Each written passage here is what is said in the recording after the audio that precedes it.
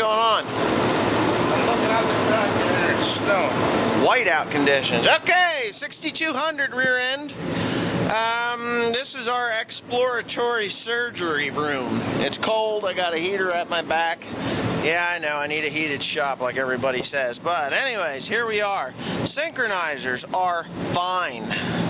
That's an unfortunate thing for me, but the synchronizers are fine. So, there's two ways we can go. We can go forward and attack the transmission, which I don't think we need to do. I think I'm going to side with Timothy on this one. What do you think it is? Yeah. Tim thinks it's the rear. Tim thinks it's the brakes. But when I turn this, the ring gear still turns. Well, the ring gear can't turn unless the wheels turn. Well, there's like slack in it. Of course there is. It's called lash. Yeah, but this is locked. I don't know. I don't think there's any shifting in the rear end. That's locked?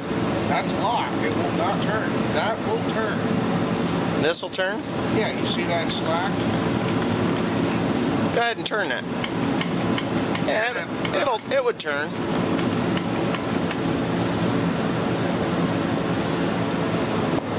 Alright, so anyways, we're kind of lost here. Right, Tim? We're not sure what we're doing. What is that? Where the hell do they come from? George. Anyway, I think for shits and giggles, me and Tim are actually going to drop one of these axles off of here. Yep. I think that's what we're going to do. I got this one already set up. What's that? I got the jack under here. Well, that ain't going to do anything. I mean, you actually need to pull the thing away and see where it sets. This is where the... Alright, that's a good... See, the thing is, there's nothing in here, I mean, other than shitty, dirty oil. I'm still thinking it's in that transmission. I don't know. I don't want to pull a brake off until... You just want to double check? Of course, I want to triple check it. Anyways, jack that up. Let's move this over as far as you can underneath the transmission case so we can drop the jack. Come on. Wooden block. Move your ass over there. Get underneath it. Just slide it across. I just need that to be about there. And you got that thing off. Let's see what happens. Somebody ran over my jack handle. All right, go ahead and drop it down. You got it to bend a little. Careful. Okay, fine. Good. You're going to need the jack under there when we peel it off. Well, I mean, you're going to need the jack under there when we peel it off. Okay. Me and you can handle that. It's not that heavy. Good. Well, go ahead and let it down until we get the blower bolts off. All right, here we go. We're going to tear that apart. What do you got there, kid? Guessing a 7/8. 7/8.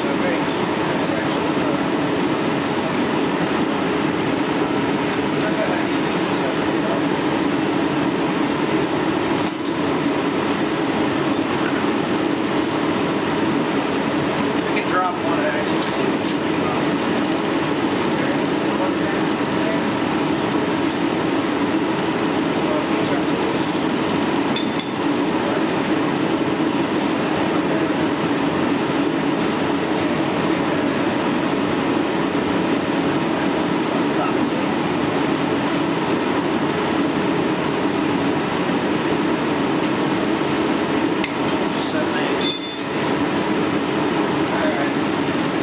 That pin out of there. All right, so I'm gonna put this. Put this outer case back on. So, and I'll be putting the four-wheel drive unit back in there too. So I think I was saying in one of the other videos that this little unit here is actually a modular. So if you had a two-wheel drive 6200, you could buy this piece here and a front axle, and it'll bolt right up on the bottom of this container, or on the bottom of that housing there, and you can have a four-wheel drive unit, which is just an electric wire. to the, and I'll show you that on the thing in the bottom. But anyways, I'm going to go ahead and slide that back on there.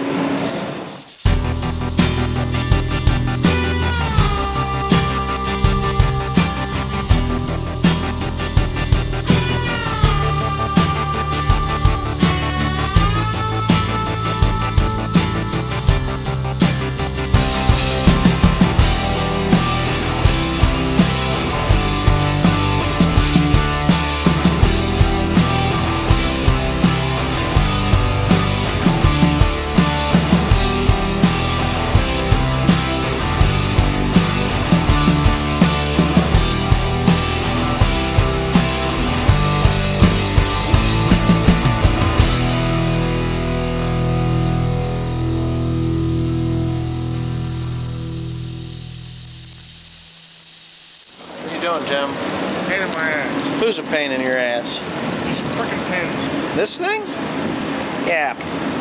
I guess they felt that they needed to have everything pressed in. You're gonna have to possibly don't. All right.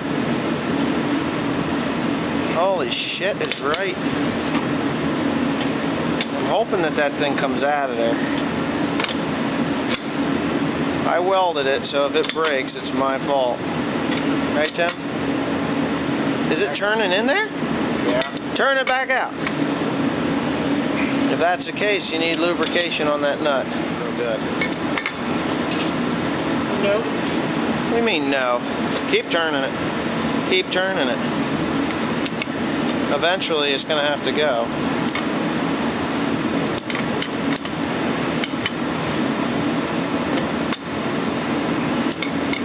Something's got to turn. Something's got to move. There it goes. Huh? When it stopped moving. It's turning now, isn't it? Once the other one bottoms out, it's got to go. This is a pain in the ass. Anyway, you got the idea, right? Yeah. That's what we got to do with all of these tools. All of these damn pins on this tractor. What a pain in the balls. We had to chase the threads out of that pin too, just to get it to go. But I think our puller idea is going to work good, don't you, Tim? Yeah. Okay, so we got the pin out after cursing at Tim a little bit. Did I curse at you? Yeah. I did not. He's a pain in the neck sometimes. I move faster than Tim. Let's put it that way. So anyways, we got the pin out of there, so Tim's going to have to move that cylinder. Just pick that cylinder up and out of the way. I think it'll be okay. What was that? A bushing? Give me the bushing. Okay, that's the case. Baling twine works really good in that case. Alright, so I'm just going to set you on a... don't do that. You don't even have to. There's nothing on the other side. That can stay there. Alright, me and him are going to pry this apart, so you might as well sit around here and watch. What do you think, Tim? Right here? Nah. Maybe right here. That's out of the way, right? Okay.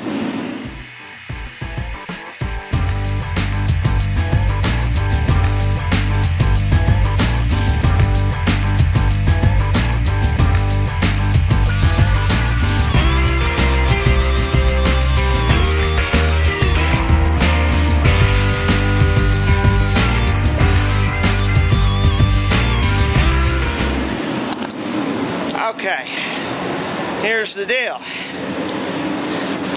You know what, this thing actually looks like it was run with some real shit oil in it. Here's some facings on the brakes. A little bit of damage here. Is that warped? I don't think so. No, you can't pull them up that way. They got to go out the other way. No, don't do that. Leave it in there. What's the, Just put it down. A little bit of damage here. Now, this is not brake facing that I have in my transformation. You ready for this? Here it is. The reason I say, and I have said, that it is not brakes, let's see, is because of the the way that they look, the ridges that are in it. Now I'm kind of looking at the ground here. You can see all this crap coming out of here. They're bits and pieces, little squares. It's got to be in that power shift pack. It just has to be. It has to be. It's not here, and it isn't that. It doesn't even look like that. Not even close to that. Now, there's a differential in this thing, a differential lock. But I'm going to say that it's not going to be that differential lock. I've never seen a differential lock go bad in anything. I've got 40-year-old tractors, 50-year-old tractors, and I've never had to tear them apart. It's not that. All right. So what do we want to do here?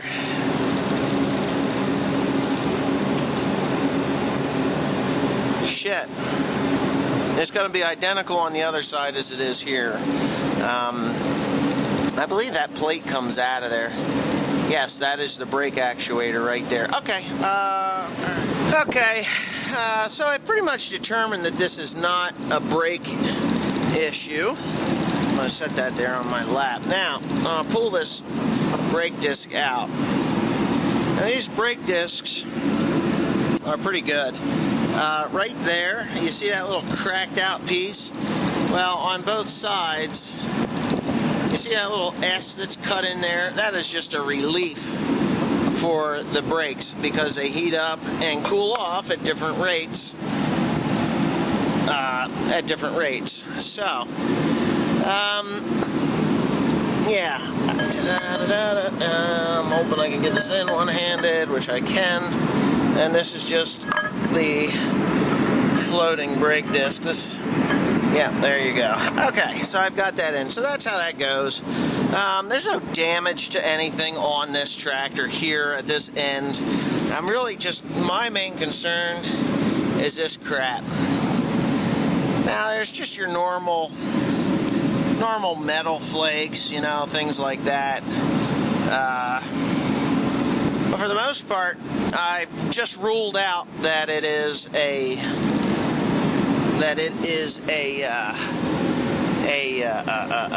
yeah, come on, think, Wesley, think. I've ruled out that it's brakes. It's not brakes. Brakes don't wear like that, or they don't break apart like that one did. I'm now with just one thing left in my mind that it could possibly be, and that would be the differential lock. But according to the owner of this tractor, the differential lock was fine. The brakes were fine. It was missing gears. So I had to rule out the brakes before I explore into that grenade over there, because it could, brakes can fail, plug up a screen or a filter, and then lo and behold, what do? You just gotta explore somewhere. So it's not brakes. I highly doubt that it's a differential, it's a differential lock. So I highly doubt that, because the owner said that he lost gears. He was missing gears. So if he was missing gears, and he drove it on the trailer, he said there was just gears that were missing. He couldn't go in reverse or something silly like that. So for the size of the chunks that are there and in the screen that's over there, I'm going to go with my second gut instinct, and that is that it's power shift plates, power shift pack plates, because the differential's clean. It's clean here. There's no metal on metal. There's nothing in here. It's all down in the sump, so it obviously had to be circulated around, and the pieces are small enough that it could have came from there. There was none in here. There was none in here, so it was on a return line, which is over here and over there. So, and at the bottom.